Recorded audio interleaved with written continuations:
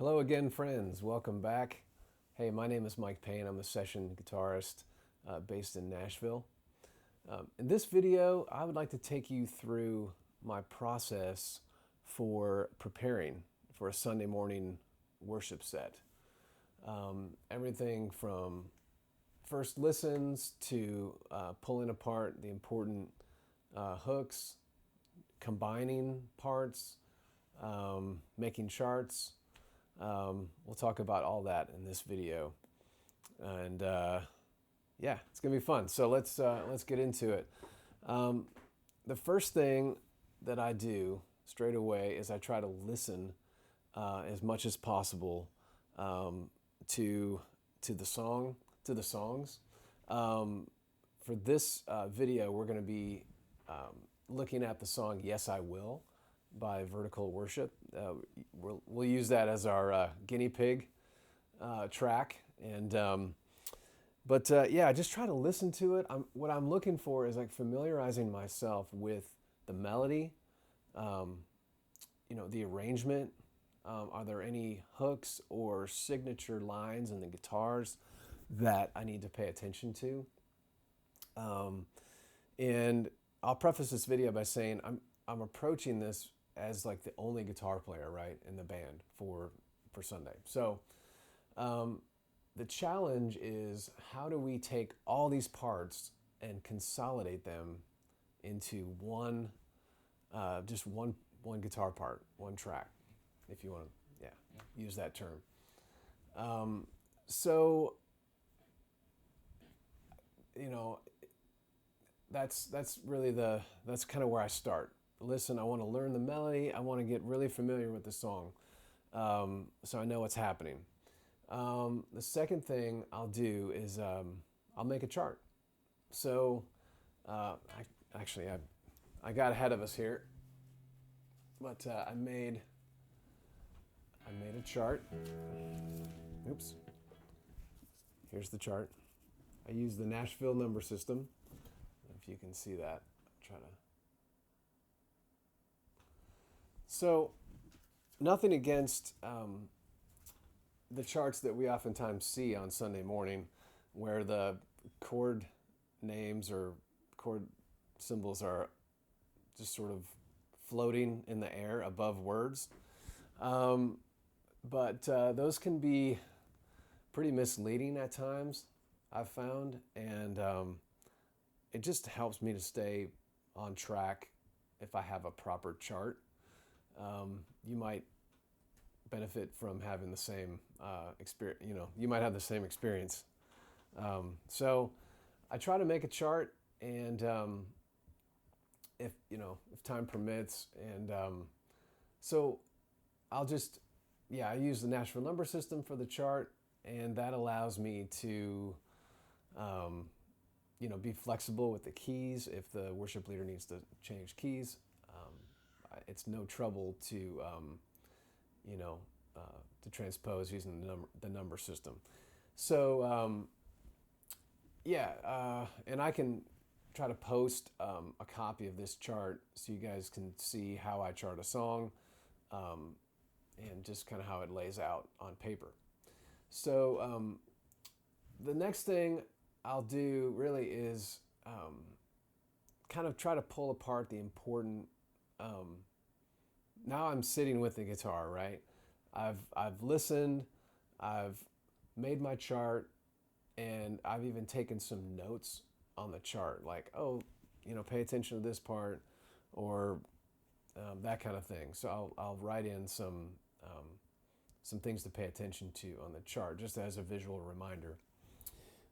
So this song, then I'll get the guitar in hand, and I will start to kind of pull apart the different parts that are in the song, right? So first thing I noticed in this tune is we've got a part up front that is essentially the guitar hook, and it's just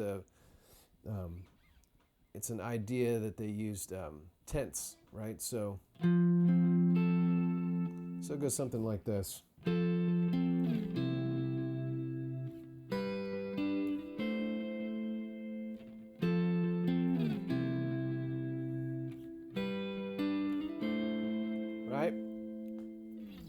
So I'll notate that as like, okay, that's an important part. Let's make sure that we're playing that hook at the top of the song. And once we get into the verse, just kind of padding some things. Maybe just to,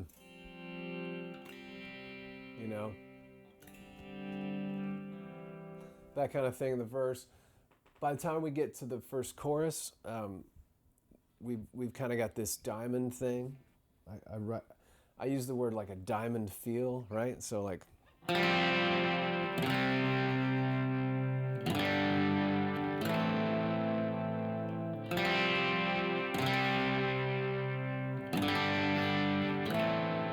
We're in the key of C, by the way. And I've got a little bit of multi-tap delay going on from the El Capistan. A little bit of verb as well.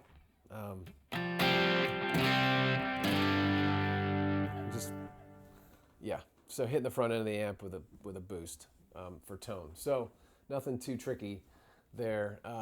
But yeah, so on the back pickup, or excuse me, on the neck pickup, front pickup.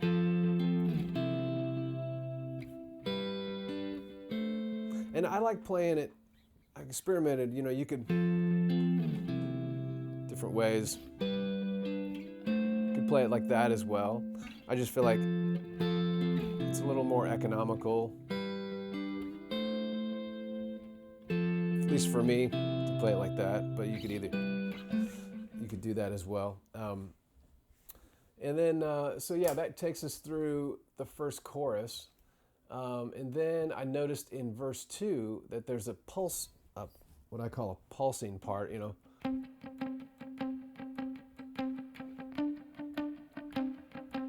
With the delay, it sounds really cool.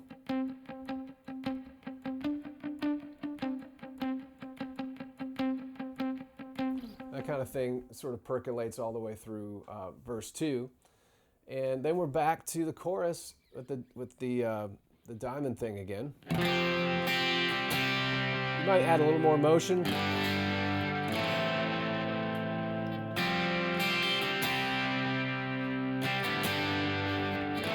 That kind of thing.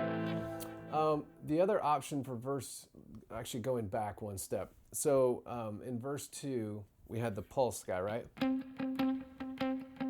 The other option for that would be like an arpeggiation type thing.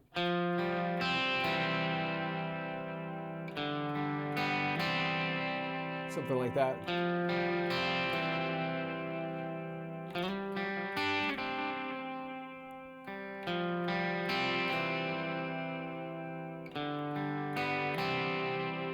So these are just options that you can kind of draw upon. So by the time we get to the chorus, so we're at the bridge now. So we've gone through verse 2, chorus 2, we're up to the bridge. A little more movement and maybe a little higher is kind of what I would think to do to provide a little more energy. So we'll switch to like an eighth note thing, like.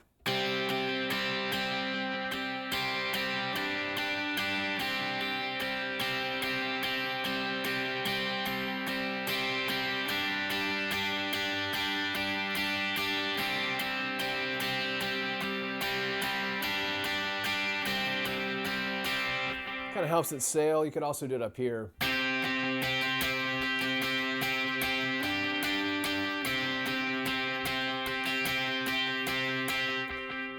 Just clears out a little space with leaving out some of the bass notes, which is kind of nice. So that pretty much covers our bridge. And then at the last chorus, we could go back to like the full thing.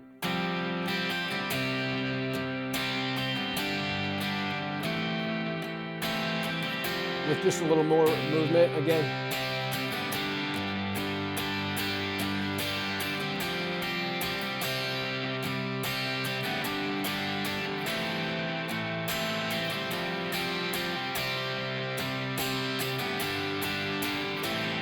That type of thing, or we could come up high.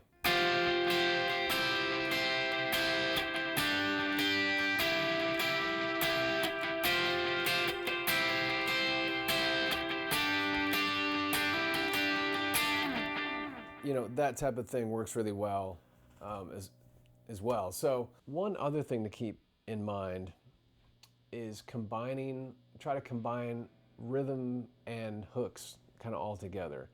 And one way that we can do that in this song is the chorus part that I just played up here.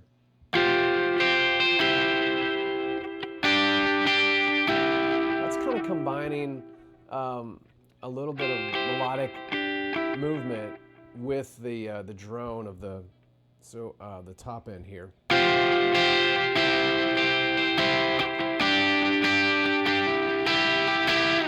So you're not just playing one note or that kind of thing. You're combining triads and chords, so the sound stays full and doesn't get too thin, if that makes sense. That's another important thing that I think about when I'm preparing for these type of things. So yeah, I really hope that this has been helpful. I know I moved a little bit quickly, but this is kind of a quick snapshot of how I would prepare a song for Sunday morning. Again, I will post a link to this chart in the description for you to check out. And thanks for joining me on this video. I've really enjoyed it, and I will look forward to seeing you on the next one. Make sure to like and subscribe if you're enjoying this content. So thanks again. See you later.